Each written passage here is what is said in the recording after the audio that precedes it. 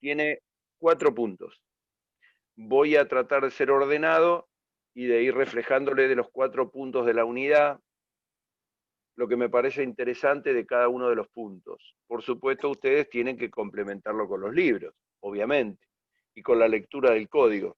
Yo intento hacerles más amigable el estudio y más amigable la accesibilidad al código. El punto número 1 habla del concepto de codificación y codificación del derecho civil. Flor de tema, parece una pavada, pero es flor de tema. ¿Qué es un código? ¿Por qué tenemos un código? Bueno, a alguien se le ocurrió hace muchísimos siglos, en el siglo VI, en el pleno derecho romano, a un señor que se llamaba Justiniano, que fue el emperador, se le ocurrió la brillantísima idea de ordenar todas las leyes vigentes, y ese orden de la totalidad de leyes vigentes las subsumió en un texto que se llama código. El código es la Biblia del derecho, y la Biblia de nuestro derecho civil es el Código Civil. La palabra código significa sistema ordenado de leyes. No es un amontonamiento, no es una biblioteca, no tiene un sistema de orden basado en un índice alfabético, sino que tiene una manera de ordenar y de organizar con pretensión de reunir dentro de sí a todas las leyes vigentes. El proceso de codificación no lo inventamos en la Argentina. El proceso de codificación viene, como ya le dije, del derecho romano. Justiniano, el famoso Corpus Iuris Civilis de Justiniano, no lo tienen que estudiar tranquilos, pero por ahí la palabra Justiniano suena muy de derecho. Cuando dicen, ¿quién es Justiniano? Un emperador romano que era un capo, sí, sí, pero además el que hizo el primer cuerpo jurídico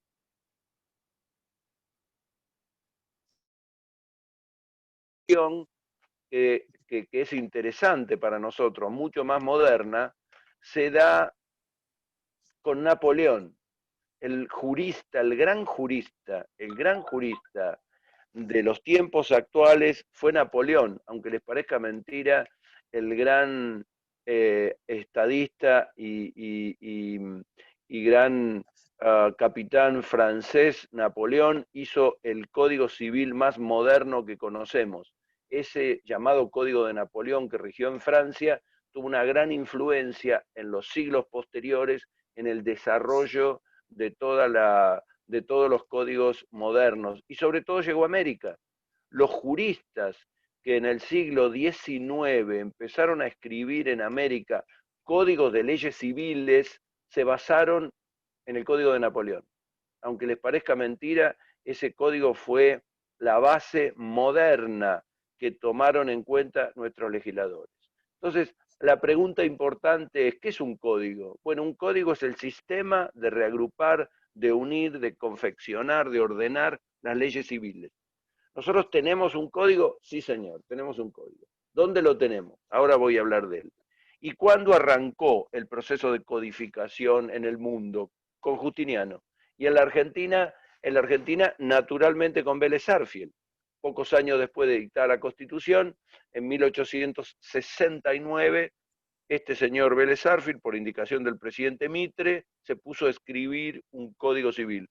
Y desde entonces han pasado muchísimos años, más de un siglo, siglo y medio, tenemos un sistema de leyes organizado. Entonces, cuando nosotros queremos hablar de derecho civil, inmediatamente en la cabeza nos viene el Gran Código Civil. Esa es la primera cuestión. Probablemente lo que sea interesante acá es ponerse a pensar en qué ocurrió por aquel entonces, en 1869, cuando Vélez Sarsfield escribió el Código Civil. Y para no hacer una clase aburrida de historia, voy a pasar al tema 2, al punto 2 de la unidad, que habla de la codificación puntual en la Argentina, cómo fue el Código Civil, el Código de Comercio, y una cosa muy interesante que se llama el famoso derecho patrio. ¿Qué es lo que necesito que ustedes sepan de esto? Bueno, primero, cosas simples. El redactor del Código Civil, que rigió en la Argentina más de un siglo se llamó Vélez Sarsfield. El código empezó a regir en 1871. No es una ocurrencia o una genialidad de nadie, sino que la Constitución de Alberdi le imponía al Congreso sancionar un código civil. Había que crear en la Argentina un sistema de leyes, porque Argentina era un país despelotado, desordenado, era un país que había estado invadido por los españoles, que los españoles habían fracasado absolutamente porque la monarquía estaba en vías de extinción. El país era amplísimo, era muy grande, habíamos creado una constitución con distintas provincias y había que unificar el derecho. Para unificar el derecho, para crearlo, para respetar los valores y los principios que tenía la constitución, igualdad, libertad, prosperidad, incorporación del extranjero, apoyo a la inmigración, respeto al derecho de propiedad, blácate, blácate, blácate, habría que crear un sistema de leyes. Ese sistema de leyes se llamó Código Civil.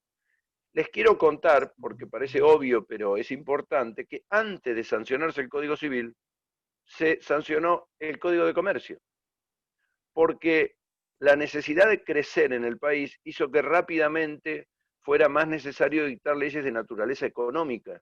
Entonces tuvimos, unos años antes que el Código Civil, el Código de Comercio. Y después se sancionó el Código Civil. Y durante siglo y medio vivimos con un Código Civil y un Código de Comercio. Esa convivencia entre un Código Civil y Código de Comercio hoy desapareció.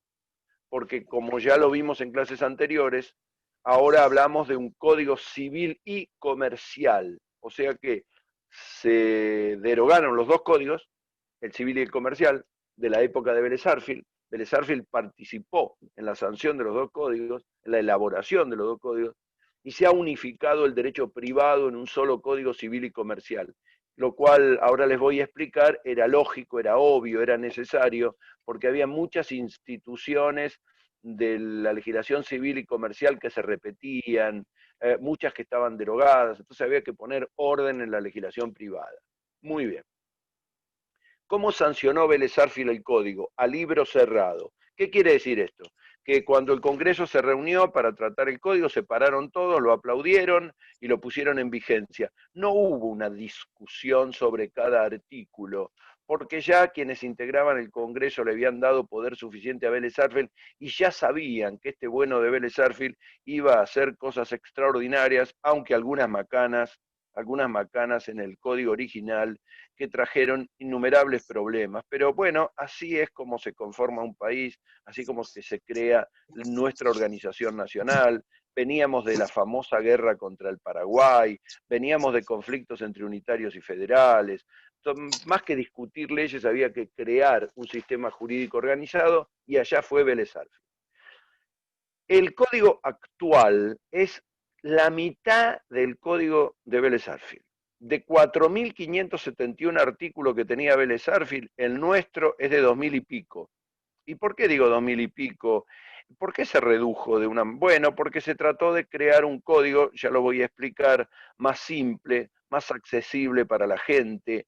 No es un código con tantos comentarios ni con una suma de antecedentes, es un código de accesibilidad, digamos, el que tenemos en la actualidad.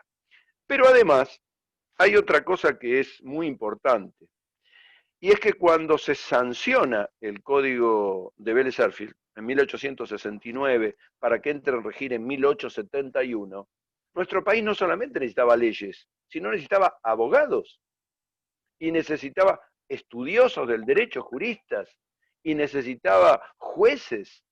Toda esa gente, lo que hoy serían ustedes, los estudiantes, nosotros, los abogados, los jueces, los fiscales, etcétera, ¿dónde empezaron a estudiar? ¿Y en qué libros empezaron a estudiar? Porque en esa época se estudiaba el latín. El latín era la lengua del derecho universal, era la lengua que venía del derecho romano. Ustedes dirán, qué exagerado. Les puedo asegurar que cuando yo entré en la facultad, los profesores nos martirizaban con el latín. hay frases del latín que son inolvidables. Indubio pro reo, indubio pro operario, nemo turpitudine non allegem potesti. Me puedo pasar hablando toda la tarde de latín y ustedes se van a cansar, me van a putear y me van a decir qué habla este hombre. Pero fíjense cómo cambió el derecho, porque ahora estamos en un código de accesibilidad para que la gente lo entienda, con la menor cantidad de palabras complicadas. Antes era un lujo escuchar hablar a un estudioso del derecho, pero también era muy difícil seguirlo, como me pasó a mí cuando el profesor Resónico no solamente hablaba en latín, sino que enseguida saltaba al alemán para comparar las leyes modernas que en ese momento había en Europa. Bueno, en síntesis, Vélez Sarsfield sancionó un código que fue extenso, que sirvió como libro de estudio, porque en esa época no tenían Rivera, no tenían internet, no tenían fotocopia, no tenían llamvías. Entonces se estudiaba por el Código Civil de Vélez Sarsfield. Por eso era tan gordo, tan lleno de comentarios, de textos y de citas. Un código que tuvo una mirada ciertamente europea. Ustedes me dirán, ah, qué bueno, porque Alberdi también tuvo una mirada europea. Alberdi tuvo muy en cuenta los principios de la legislación, de la Constitución de Francia, más o menos. Alberdi fue un genio y Vélez Sarsfield también, pero aunque les parezca mentira, tenían ideas muy diferentes sobre cómo trasvasar en textos legales las leyes que eran necesarias en nuestro país. No me voy a detener en la polémica entre ellos dos, entre Alberdi y Vélez Sarsfield, pero si algún día están aburridos o quieren, me mandan un mail y yo les cuento todos los chusmeríos de la polémica entre estos dos tipos que fueron extraordinarios, estudiosos, brillantes, gente del interior y que sobre todo hicieron mucho por nuestro país. Ahora bien, piensen esto, a ver si estoy equivocado y si ustedes me ayudan a pensar. Desde el año 2015, o sea, de hace 5 años, desde agosto del 2015, tenemos un nuevo Código Civil y Comercial. Bien, de ahí para atrás tenemos un siglo y medio, porque en 1871 entró a regir el Código de Vélez. El Código de Vélez fue un veterano de guerra, porque se usó en todos los gobiernos, en todas las constituciones, en todas las modificaciones, pasó por Irigoyen, Mitre, Avellaneda, Perón, Alfonsín, bárbaro. Y ahora, para atrás, de 1871, piensen, hacia atrás, ¿qué hubo? ¿Qué sé yo, profesor? Habría vacas, habría carruajes, pero habría gente, claro. Había muchísima gente, había gente que vivía en la Argentina e inmigrantes. ¿Qué leyes se tuvieron en cuenta antes? Y ahora les voy a poner una pequeña línea de tiempo, un pequeño orden que a mí me gusta para entender cómo se conformó este país. Porque es muy fácil ponerse a hablar de las leyes actuales, discutir si tal ley es buena, si tal ley es mala, si corresponde esto, no corresponde lo otro, pero un país que pierde de vista sus antecedentes no entiende cómo llegamos acá. Y acá llegamos de la siguiente manera. En 1810, todo el mundo sabe, porque los 25 de mayo es feriado, creo que de eso no nos olvidamos, en 1810, con la repartija de escarapelas, le pegamos una patada en el tuje a los españoles, ¿verdad? Bien.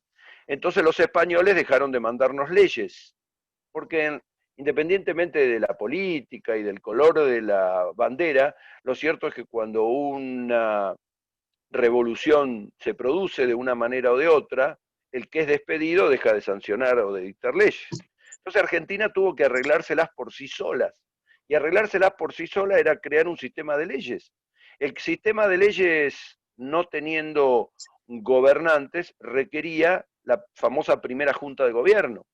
Y después se creó la asamblea del año 13. Y después vino el triunvirato y black, black, black. Bueno, 2 palabras nada más.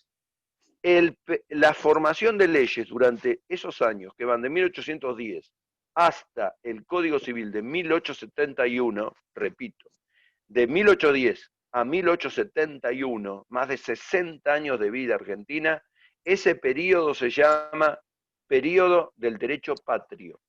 Nosotros le llamamos derecho patrio a ese tiempo de 60 años de conformación de nuestro país. Y es muy importante eso, porque ahí se crearon las bases que dieron conformación a nuestra independencia. Durante esos años, los gobiernos de aquel entonces, con aciertos y con errores, fueron creando pautas que influyeron decisivamente en nuestro país.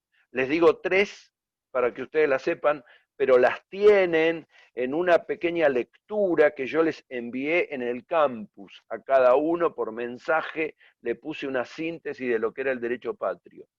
Tres reglas de aquel entonces que definieron la conformación de nuestro país. Primer regla: ¿por qué creen que no hay gente de color en la Argentina? En la Argentina no hay negros, si se me permite la palabra negros cariñosamente, en el hermoso color de la gente morena, y sí lo hay en Uruguay, sí lo hay en Ecuador, ni hablar en Brasil. Cada vez que jugamos al fútbol con Colombia, Colombia tiene 9 negros que son unos fenómenos y nosotros todos blanquitos, todos fríos, muertos de frío, todos delgaditos. ¿Por qué no hay negros en Argentina?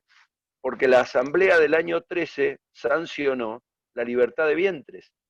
Entonces, las mujeres y los hombres de color, los hijos, eran libertos. Entonces no podían trabajar de esclavos. Si no podían trabajar de esclavos, se fueron de Argentina.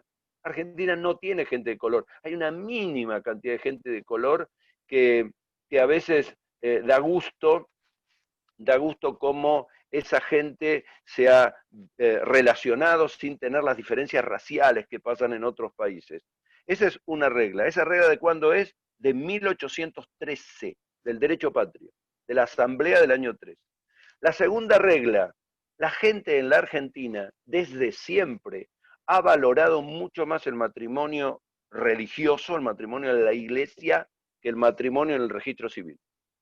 Cualquiera pero no tengo ninguna duda que la mayoría de la gente que se casa en el registro civil, cuando luego se casa por iglesia, algunos no, pero muchos sí, cuando se casan por iglesia, le dan al casamiento de iglesia una pompa que el civil no tiene. El civil son papeles. ¿Y por qué ocurre eso? Porque desde antes de Vélez Sarsfield, la gente se casaba en las parroquias y el hábito y la tradición argentina fue casarse en parroquias, y las parroquias sirvieron como unificación y creación de la familia. Entonces, a partir de entonces, y ni hablar cuando vino Vélez Sarsfield y valoró el matrimonio religioso, hasta que no se crearon los registros civiles, el casamiento para la gente estaba relacionado con la iglesia. Y este hábito, por supuesto, el que no es católico apostólico romano se va a ir a casar al registro civil, pero yo estoy hablando del punto de vista de la generalidad. Esta norma de respeto al matrimonio religioso proviene de nuestro derecho patrio. Y la tercera regla, que es una regla más simple, más sencilla, pero que se usa mucho en el campo, es la venta de ganados. La venta de ganado siempre, antes de que se crearan las leyes, antes de la época de Rosas y de Rivadavia, siempre se hizo colocándole al ganado una marca. La marca que identifica al ganado, las famosas señales y marcas de ganado, son muy propias de la conformación de nuestro país. El ganado, que en otros países nos admiran por, por, por el ganado vacuno, sobre todo que tenemos nosotros, el ganado lanar, pero el ganado vacuno se vende y se compra a través de disposiciones que los cabildos y las autoridades fueron haciendo para registrar marcas. Cada señor que tenía ganado tenía una marca y cada marca identificaba a ese ganado que compraba y vendía. En síntesis, el derecho patrio fue base de generación de toda una serie de normas en un país que había que crearlo, pero no fueron pocos tiempos, fueron tiempos muy importantes, muy importantes. Fíjense cómo hay calles que se llaman Rivadavia, San Martín, Belgrano, Almafuerte, y no hay ninguna calle que se llama Derecho Patrio, por reconocimiento a la Constitución y a la conformación de ese derecho civil durante tantos años, que seguramente influyó en Vélez Sarsfield, porque las tres cuestiones que les dije son o han sido tenidas en cuenta sin ninguna duda cuando se creó en 1871 nuestro primer código. Ese concepto de la codificación en Vélez Sarsfield. Ahora, cuando pasemos al punto siguiente, les voy a explicar más sobre los fundamentos, sobre los aspectos centrales del código. ¿Cómo venimos hasta ahora? ¿Venimos bien? ¿Se escucha? ¿Algo interesante? Venimos bien, profesor. Bueno, pregúntenme algo si quieren, si les sirve, y si no, Perfecto. bueno, me parece muy bien. No me gustan los monólogos, me gustan los diálogos. Les voy a contar algo que por ahí les gusta. Los chicos a ustedes les voy a dar un trabajo práctico. Y a los chicos de la mañana, de la comisión 1, se me ocurrió, capaz que sale un desastre, el que está tomando mate ahí me podría convidar, pero a los chicos de la mañana se me ocurrió hacerles un trabajo que consistía en, para evitar un monólogo, la próxima clase sobre menores, que es el martes de la semana que viene a la mañana, vamos a hacer un programa de radio, lo voy a grabar y todo. ¿En qué consiste un programa de radio? Yo voy a ser el editorialista y cada uno de los chicos va a tener un tema y va a ser como un cronista y vamos a hacer un debate y cada uno va a participar. Así les escucho la voz, los escucho participar, les corrijo los errores o los aciertos. El tema es que se puedan largar a dar su opinión, etc. Las tres cuestiones, me preguntan acá uno de los chicos, las tres cuestiones, hay muchísimas, pero las tres que a mí más me gustan del derecho patrio son, la libertad de vientres de la Asamblea del año 13, el casamiento en las parroquias, que sucedía en todos los pueblos y ciudades del país, y la venta de ganado marcado, las famosas marcas y señales que cada uno de los cabildos y municipios tiene para la registración de la venta del ganado de una persona, que todavía se sigue usando. Ustedes van a un pueblo cualquiera, qué sé yo, Madariaga, por decir algo. Entonces van a Madariaga y dice, quiero comprarle vacas al señor Ferrero. Ah, muy bien. Y usted sabe qué marca tiene, entonces van a un registro de marcas y de ese registro de marcas, como el ganado está marcado con un señal, ya saben, porque el ganado no tiene chapa patente, hay que tener un modo de registrarlo. Bueno, eso viene de la época del derecho patrio. Doctor, ¿le puedo hacer una consultita? Pero claro, una pregunta, porque consulta suena muy de abogado. Bueno, una pregunta. Arriba. Yo lo que, leyendo el apunte que usted había enviado, decía Sí. que seguía en vigor, o sea, de 1810 hasta Sí. 1871, las Sí. ordenanzas de intendencia de 1772, con las modificaciones de Sí. 1783, y junto también con el reglamento provisorio de 1817. O sea, ese Sí. régimen o ese derecho patrio se rigió siempre en base a las ordenanzas o derechos que provenían de España. Claro, perfecto lo que decís, perfecto. El tema es así. Imagínate 1810, grito de libertad, todo perfecto. 4 o 5 días después, una persona quiere alquilar en Buenos Aires una casita a un señor que venía de España en el barco. ¿Qué ley de alquileres iba a usar? ¿Qué constitución iba a usar? ¿Qué código civil si no había nada? Entonces decían, iban al cabildo y ahí habría algún jurista que consultaban y el tipo en el cabildo decía, ah, no, mirá, creo que corresponde, a ver, espera un poquito y voy a consultar, la ordenanza de Bilbao de 1804 que dice que para alquilar necesitas tener, ¿me entendés? Ese proceso de creación de leyes necesitaba orden. Fueron las leyes de Indias, todas estas Claro. la tradición indiana, lo que yo llamo tradición indiana o lo que se llama tradición indiana, que tienen que ver con los reglamentos, normas, disposiciones que venían de España y que venían de España mojados en los barcos, todo esto se empezó lentamente a desaparecer.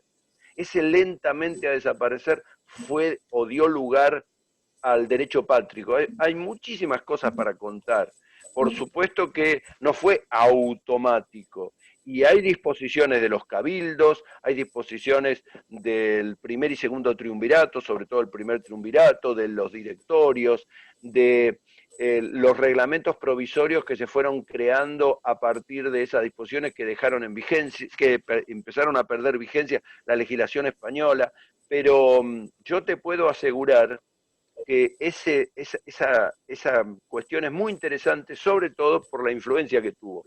Ojo que en ese trabajo yo les digo que, digamos, hay gente que llama derecho patrio el periodo posterior a la Constitución, es verdad. Es como la segunda, para la parte moderna del derecho patrio.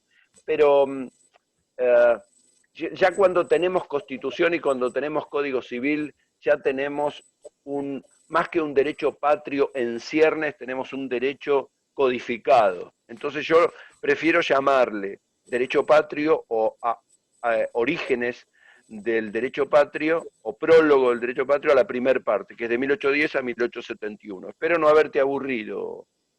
Y respecto a alguien que me puso ahí que eso de las marcas de ganado de disposición de Senasa, jóvenes, qué genio, claro, por supuesto, pero imagínense NASA en 1805, pero no existía, pero si en Buenos Aires había carruajes. No, claro, por supuesto, el derecho ha evolucionado y hay controles de todo tipo, pero la marca como mecanismo de identificación del ganado es de aquel entonces, absolutamente de aquel entonces, y bueno, gracias a eso, cómo fuimos ordenando, logrando la forma de llevar, porque saben algo, robar ganado siempre fue delito, robar ganado siempre fue delito, siempre se llamó cuatrerismo, abigeato, porque el ganado es valioso.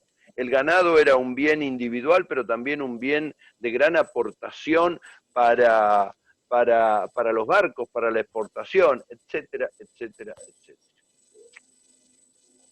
¿Les gusta este tema o es aburrido? Hay una No, sensación que la historia nos ayuda a pensar y a veces la historia, cuando uno trae cosas muy viejas, parece como que es desusada. Pero un día leí, me puse a leer, este es un país tan extraordinario, que a ver si coinciden conmigo. ¿Cuál es la bebida nacional por naturaleza? No me van a decir la cerveza porque me voy. la caña.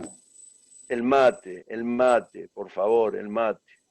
No debe haber argentino que no vaya a la playa con un termo de mate. Bueno, muy bien.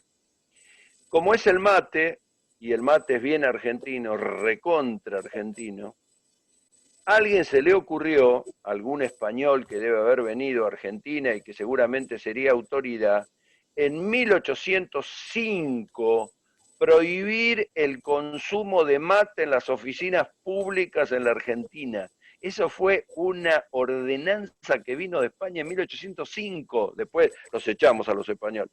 Pero, y ustedes saben que nadie la derogó. Y en los primeros años de vida del país, no se podía tomar mate en las oficinas públicas. Y ahora les voy a contar algo.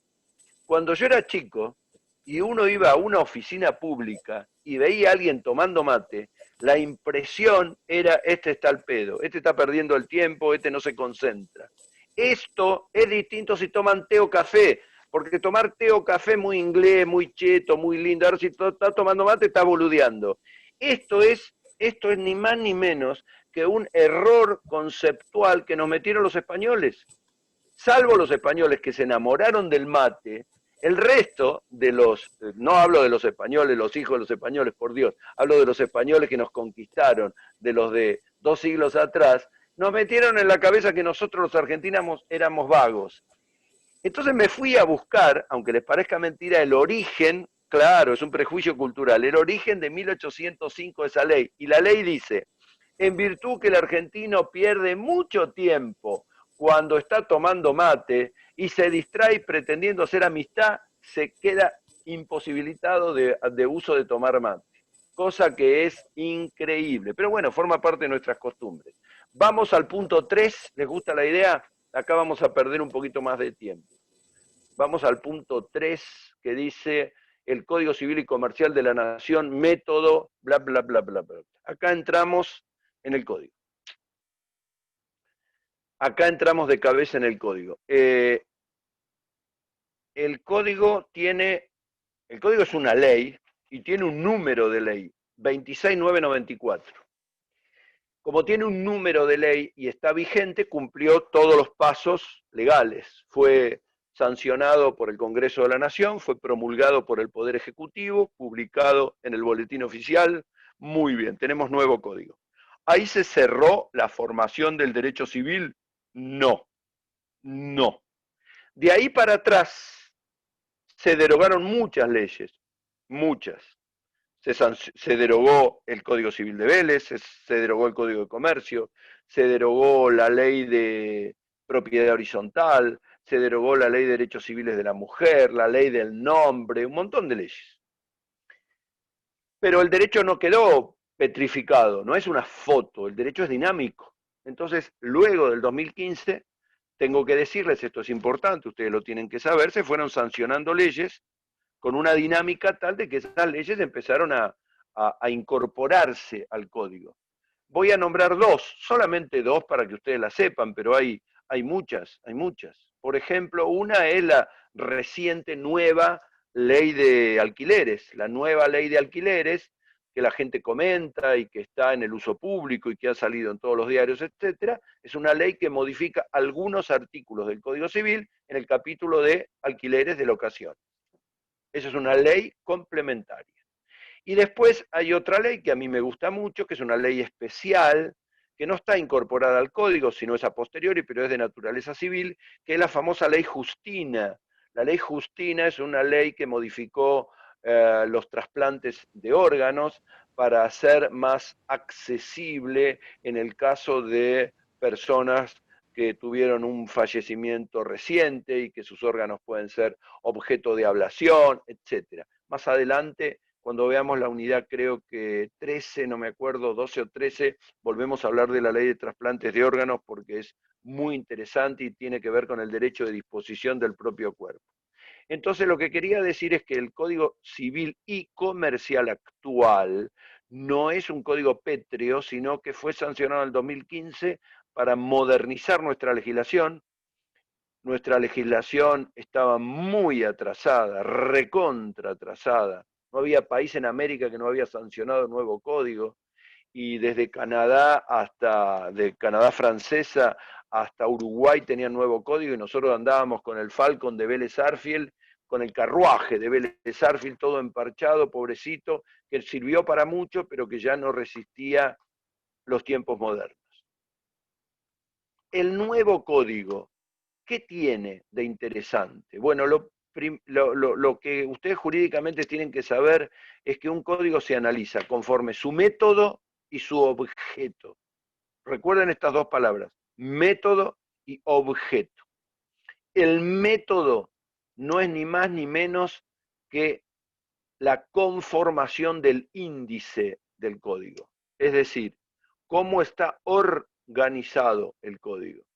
¿Está de atrás para adelante, de adelante para atrás? ¿Cómo es el método del código? ¿Tiene una parte general? Sí. ¿Tiene un título preliminar? Sí. Ah, muy bien.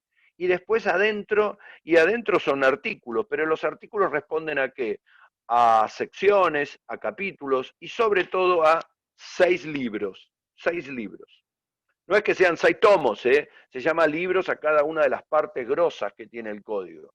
Esos 6 libros, si mi memoria no me falla, se llaman el primero parte general, el segundo familia, el tercero derechos personales, el cuarto derechos reales, el quinto habla de muerte, de sucesiones, y el último se llama disposiciones comunes, que ya les voy a explicar de qué se trata, pero básicamente cada uno de los títulos, si ustedes lo relacionan y son inteligentes, se van a dar cuenta de qué tratan. El título preliminar es introductorio, son los primeros articulitos del código, y después empezamos con los libros, y cada uno de esos libros va desarrollando los temas más interesantes. El de parte general, que es específicamente nuestro, bien nuestro, nosotros decimos, miren con atención cada uno de los libros, pareciera ser cada una de las materias de la facultad. Un libro, parte general, otro, derechos personales, que es obligaciones, otro, derechos reales, que es civil 4, otro, familia, otro, sucesiones.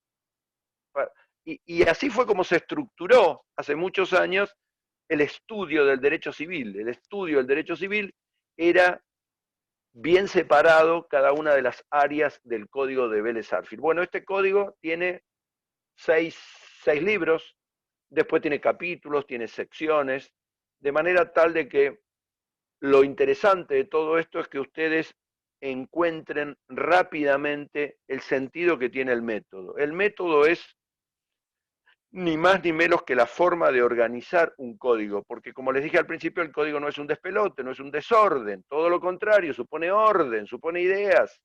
Así como la Constitución tiene declaraciones, derechos y principios y después regímenes de gobierno, etcétera, el Código Civil también lo tiene.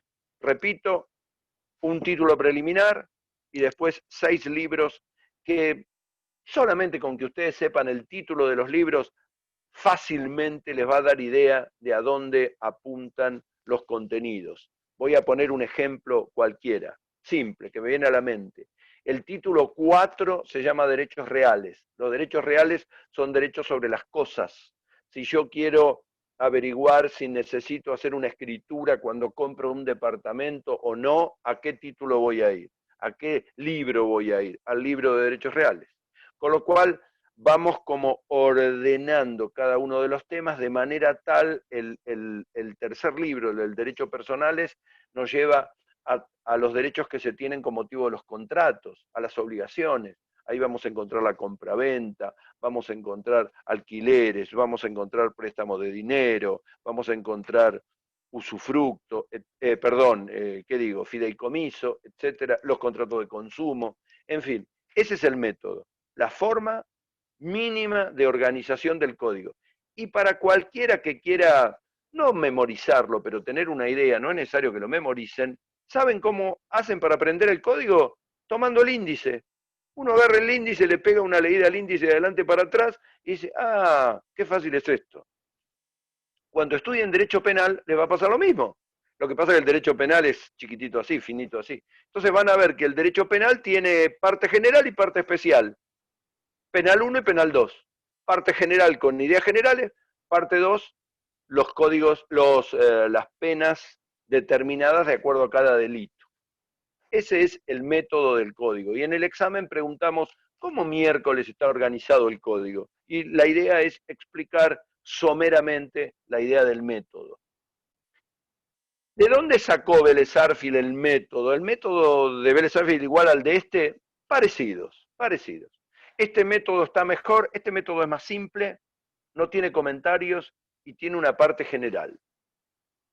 No tiene comentarios, es más simple, más corto y tiene una parte general, cosa que Vélez-Sarsfield no tenía. Pero Vélez-Sarsfield, y esto es lo que hizo calentar a Alberdi, pero se calentaba como loco, es que Vélez-Sarsfield tomó para el método a un brasilero. Miren, si ahora le tenemos pica a los brasileños, yo amo Brasil, pero le tenemos a pica cuando jugamos al básquet, al fútbol, etcétera. Imagínense en aquel entonces que estábamos enfrentados en la famosa guerra del Paraguay, que además ganamos, y que teníamos a los brasileños del lado de enfrente, y viene Vélez-Sarsfield y le copia el método a un señor que se llamaba Freitas, que desarrolló el famoso esbozo, el esbozo de Freitas. Bueno, no importa, eso fue una copia inteligente porque el esbozo de Freitas había sido muy bueno. Ahora, este es el método, esta es la forma, pero ¿y el contenido? ¿De qué diablos habla el código? Bueno, el contenido de un código se llama el objeto, y el objeto ya no son el diagrama, ya no es la estructura, sino que hay adentro del código. Y lo que hay adentro del código son regulaciones concretas de la vida de las personas, ya les dije el primer día, desde la concepción y hasta la muerte, e incluso después de ella, con las regulaciones sobre los derechos patrimoniales de las personas. Entonces, nuestro Código Civil es muy amplio, es regulatoria de todas las cuestiones de las personas humanas y de las personas jurídicas. Vamos a analizar en la segunda parte de la materia, después de pasar el primer examen, personas jurídicas, vamos a estudiar patrimonio, bienes y cosas, vamos a estudiar qué son los actos jurídicos, qué son los contratos, en fin, una universalidad de temas que conforman el objeto. Ustedes tienen que saber que tenemos un Código Civil con innumerable cantidad de temas y luego el Congreso va dictando leyes especiales para resolver cuestiones de cualquier índole. A lo mejor se levantan mañana a la mañana y el gobierno sugirió o envió al Congreso de la Nación y se aprobó o no una nueva ley sobre inmigración o una nueva ley sobre regulación de lo que quieran. Todo eso conforma lo que se llama la dinámica del derecho civil. Dicho en términos simples, pueden saber muy bien el código, pero traten de leer la legislación complementaria y la legislación que se va dictando y estén actualizados, porque si no uno pierde de vista la modernidad. Por dar un ejemplo muy simple, yo en mi vida profesional asesoro a martilleros y corredores públicos. Los martilleros y corredores públicos, ¿qué me consultan?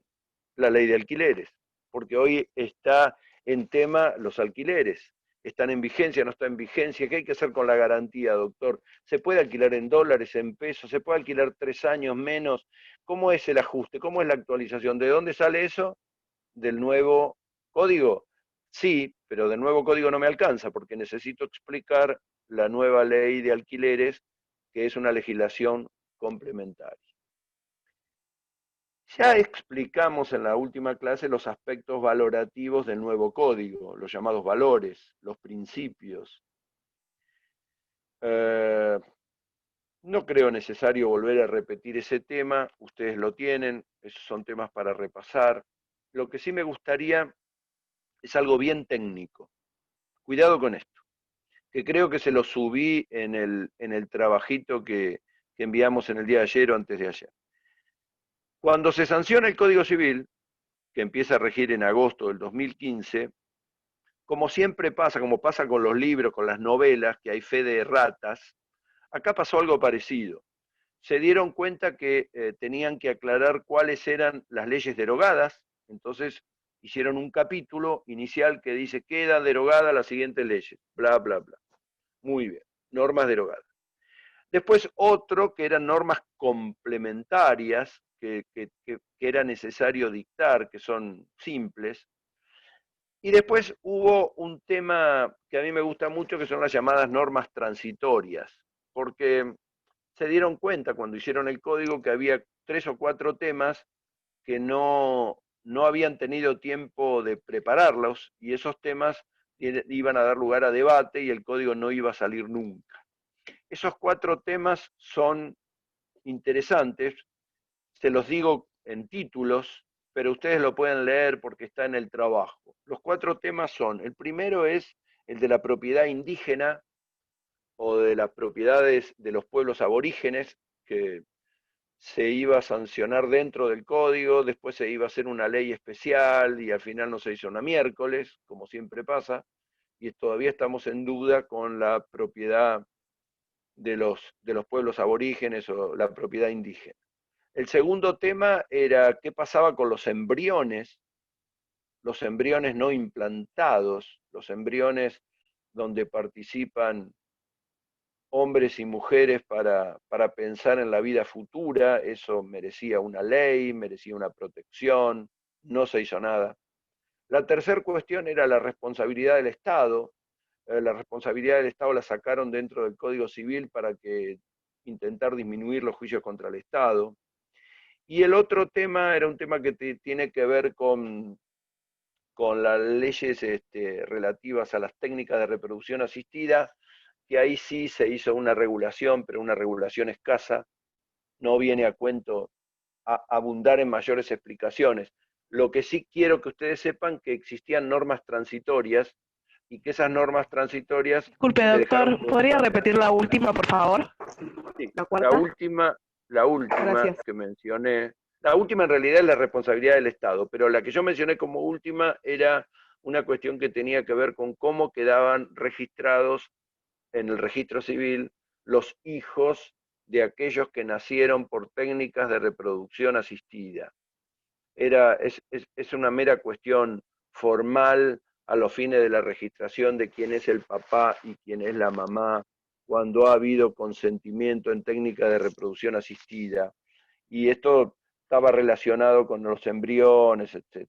Estas cuestiones merecen un tratamiento legal más profundo, no fueron incluidas dentro del código y generaron, por eso lo mencioné, las llamadas normas transitorias. Como el programa pide normas complementarias, yo me apresuré a aclarar esto para que todos sepan de qué se tratan estas cuestiones. En un examen he preguntado, ¿existe en la Argentina leyes sobre embrión? La respuesta es no, son normas transitorias, quedaron en hacer una ley especial sobre embriones, todavía estamos esperando, todavía estamos esperando. Hay muchas cosas que los ciudadanos estamos esperando y esta es una. Muy bien. Con esto daría por cerrado el punto 3 y ahora me meto en un punto dinámico que es el punto 4 porque vamos a terminar hablando de cómo son las leyes en nuestro país y comparándolas con algo que a mí me gusta mucho, que es el famoso common law. El common Doctor, law es... Sí, escucho, escucho. disculpe que lo moleste. No me quedó claro. Entonces, la norma transitoria no es ley, o sea, no se considera como ley. Las normas transitorias, Claro. como su nombre lo Entiendo indica, el tema de los embriones y... sí, sí. Ocurrió lo siguiente, a ver si se lo explico de otra manera y lo ayudo a pensar y usted me ayuda a mí a ser claro. Se sanciona el Código Civil. Cuando se sanciona el Código Civil, uno de los legisladores dijo, che, ¿qué hacemos con los embriones? Y tenemos que resolverlo ese tema, ¿no? Sí, claro, todo es un papelón. Bueno, vamos a hacer una cosa.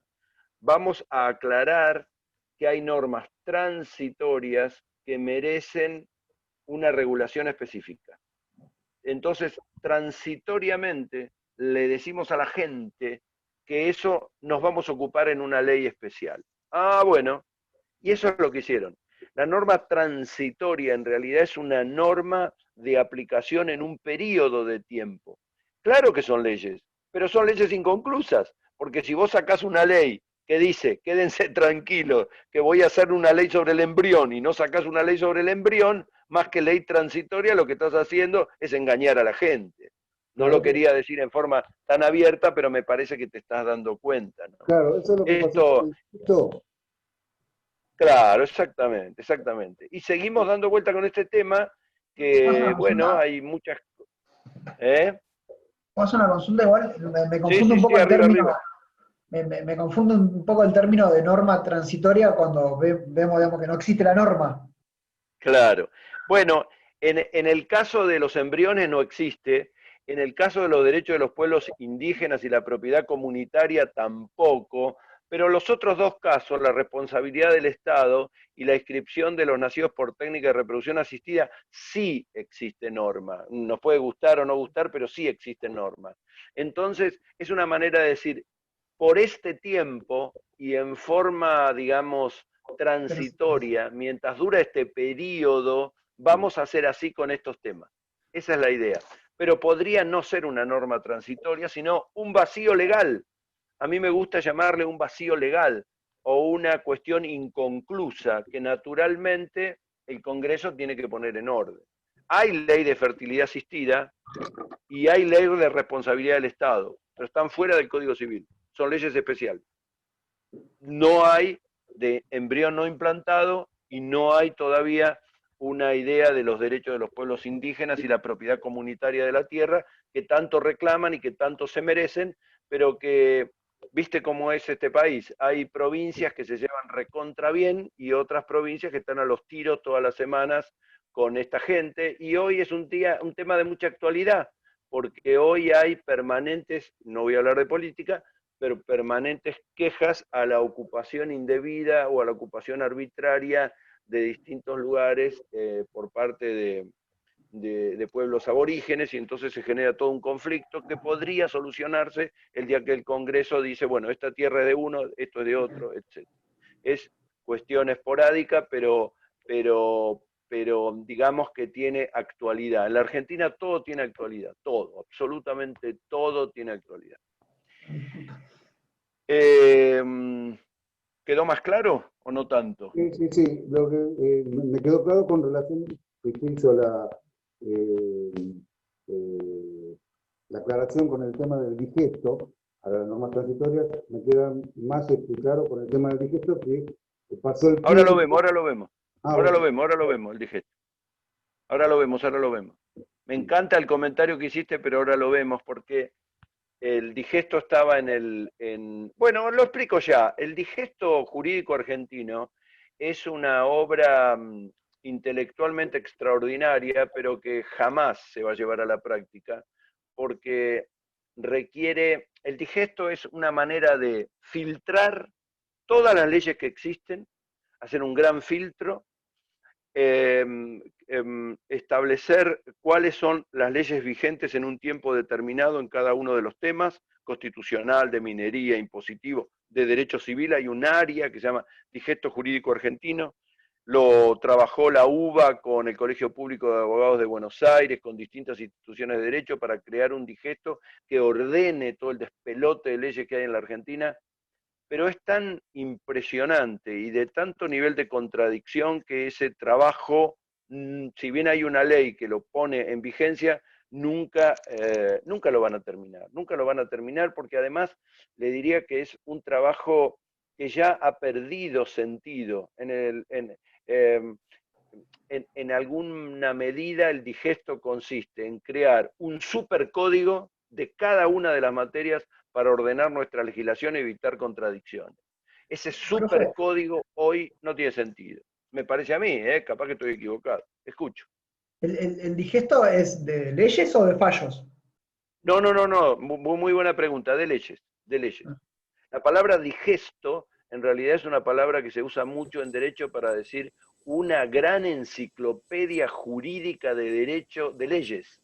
Porque nosotros tenemos un sistema de leyes. Los fallos se reúnen en libros o en encuadernación o en textos de jurisprudencia, pero nuestro digesto es de leyes, de textos legales vigentes. Por ejemplo, Pero, ¿qué ¿te diferencia acordás tiene con el código? No, no, no, no. El código es una ley que está vigente.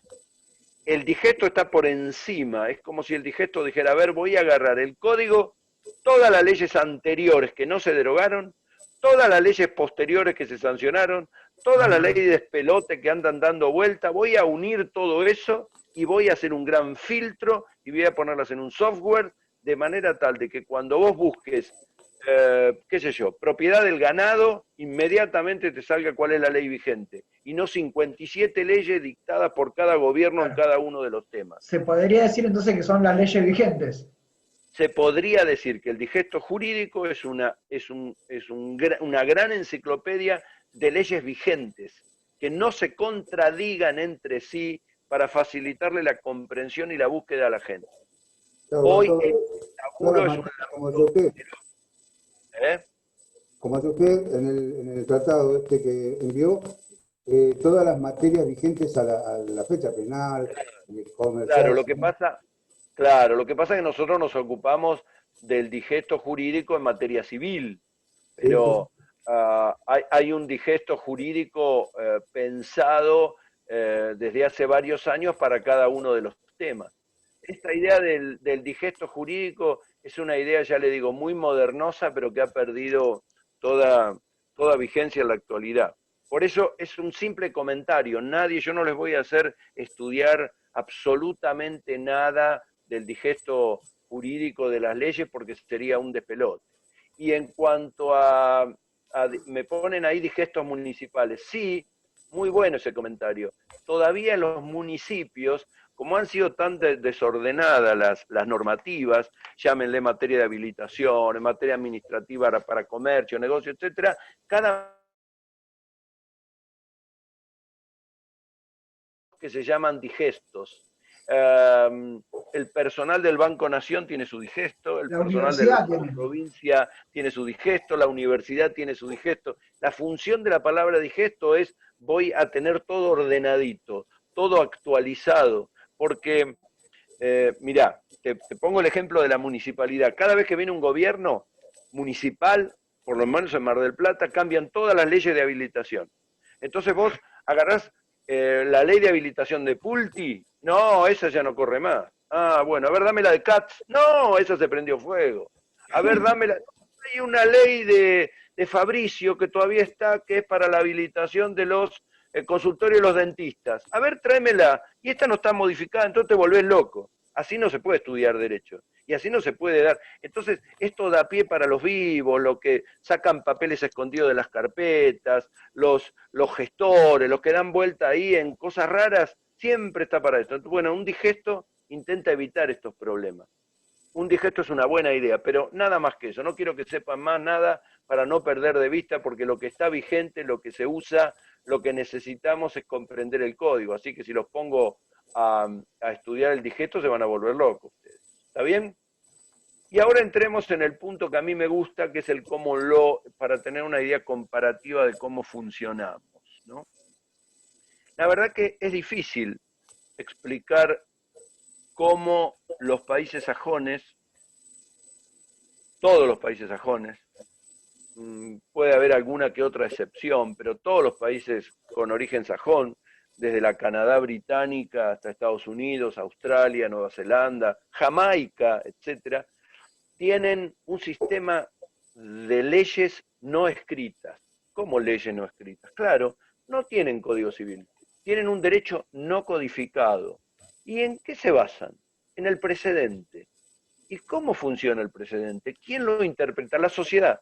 La sociedad sabe cuáles son los precedentes que debe respetar y los hace reglas de convivencia. ¿Y quiénes utilizan esos precedentes para decir y para interpretarlos? Los jueces. Entonces, el precedente, el famoso derecho de la costumbre, el common law, interpretado por los jueces, crea un derecho que hace innecesaria las leyes. Ustedes me dirán, ah, pero entonces la gente está loca, anda desnudo por la calle, se matan. No, no, no, en absoluto. Son conformaciones culturales distintas a las nuestras. Nosotros somos un poco hijos del rigor, o mejor aún, hijos de la ley escrita. Cuando no hay una ley escrita que prohíbe algo, tenemos la sensación de que todo está permitido. Y no es así. La frase tan común, tan burda, lo no prohibido está permitido, no es correcta. La frase es, lo que no está prohibido, expresa o implícitamente, o no perjudica a un tercero, está permitido. Y ahí ya la cuestión empezó a cambiar. Ya no es una ley que establezca una prohibición, es un sentido común a las normas. Yo les voy a poner un ejemplo del tránsito que estoy seguro que van a coincidir. En la avenida Independencia hay semáforos casi en todas las esquinas. El día que los semáforos no funcionan, porque hubo un corte energético, por un problema en la instalación, porque es desactivado y entonces están todos en amarillo, la gente hace picada. La gente va por Independencia a 80. Aún sabiendo que la velocidad máxima es 60, como no funcionan los semáforos, a 80. ¿Por qué somos así? Porque nosotros somos hijos del rigor, porque necesitamos que haya una norma que diga prohibido el tránsito. Ahora, si ponen un cartel que dice prohibido el tránsito en Independencia, lo cual es muy arbitrario, porque decidieron prohibir el tránsito por Avenida Independencia porque, qué sé yo, salió Alvarado campeón o porque llueve mucho, lo respetamos. Nadie dice está cercenada nuestra libertad. Entonces, necesitamos una norma escrita y una prohibición determinada, y si no, somos un despelote. Los sajones no razonan de esa manera. Se basan en hábitos y en costumbres que las hacen normas legales propias de la convivencia, de cientos y cientos de años de respeto, algunas acertadas, otras equivocadas. Ustedes me dirán, bueno, pero entonces todo termina en los jueces. No necesariamente, porque, digamos, las reglas funcionan de una manera que intentan ser conocidas por todos, sin necesidad de imponerse por autoridad. En la Argentina existe el cómo lo. ¿Saben dónde? Donde no es necesario reglas escritas en un código de leyes. ¿Saben dónde funciona? En las familias. Yo no conozco ninguna familia en la Argentina que tenga un código civil de convivencia. Cuando uno se educa en una casa, sabe que tiene horarios para comer, sabe que tiene que ducharse, sabe que tiene que respetar a la abuela, que agradecer un regalo, que colaborar en la limpieza. ¿Y esas normas dónde están escritas? En ningún lado, porque son de convivencia. Ningún padre va a educar a los hijos diciendo artículo 1, me saludan todos los días, artículo 2, lavarte los dientes. Bueno, eso es el cómo lo familiar. Bueno, imagínense un cómo lo social, y ni hablar un cómo lo estatal o nacional. Bueno, así funciona. Claro, ustedes me dirán, pero es un poco ingenuo, doctor, porque seguramente hay conflictos, claro, y cuando hay conflictos terminan en los jueces. Hay algunos casos interesantes de cómo lo, donde los precedentes que deben ser respetados a rajatabla fueron cambiados. Hoy les conté a los chicos a la mañana y se los voy a repetir, me acuerdo un montón, porque, qué sé yo, siempre me gustó curiosear esto, lo bueno y lo malo, pero hay uno que me gusta mucho y que es propio de derecho civil. Les prometo, si a ustedes les gusta el tema, traerles más casos, pero hay uno que me gusta mucho que es de la década del 50. Había una doctrina que venía de un precedente del siglo XIX en Estados Unidos, que relativo a la educación decía que los hijos de negros y los hijos de blancos eran iguales, pero que su educación era separada. Entonces había, hasta la década del 50, colegios de negros y colegios de blancos. Eran iguales, sí, eran iguales, pero eran iguales de cartón, porque en realidad eso es la segregación racial. Negros por un lado, blancos por el otro. Hasta que una criatura, hija de una familia negra, en Topeka, que es un pueblo en Texas, tenía, fíjense cómo esta actitud de la persona lleva todo un cambio en el cómo lo y un cambio de criterio de precedentes sin necesidad de leyes.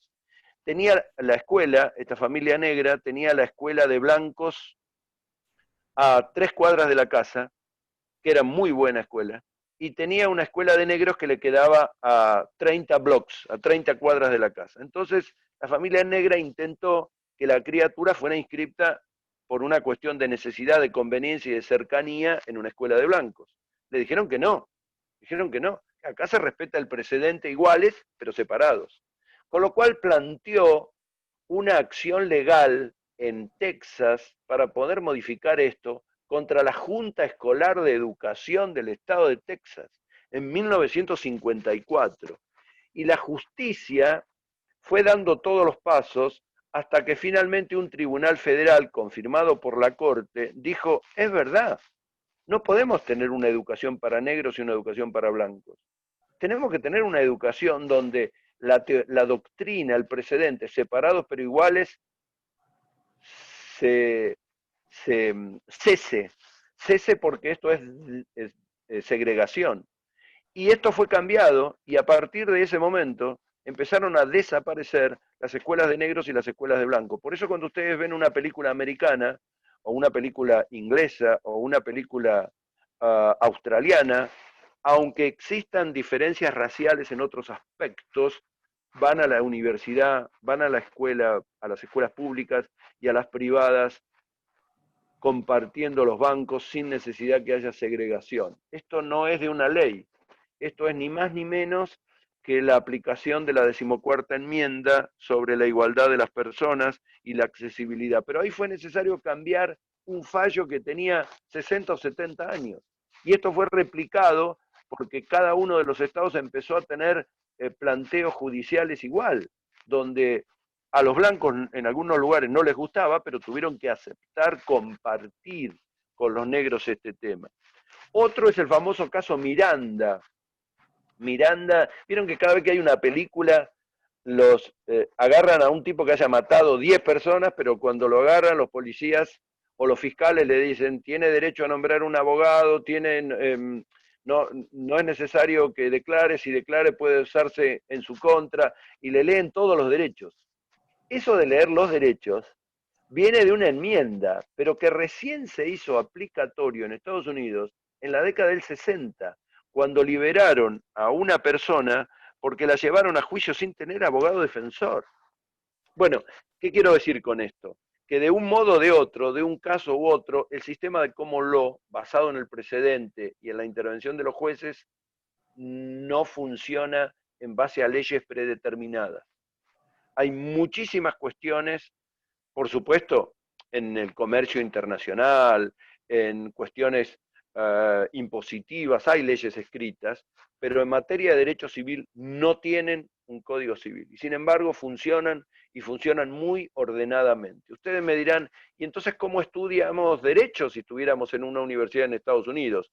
Bueno, supónganse que tienen que hablar del tema de la semana que viene, que es menores.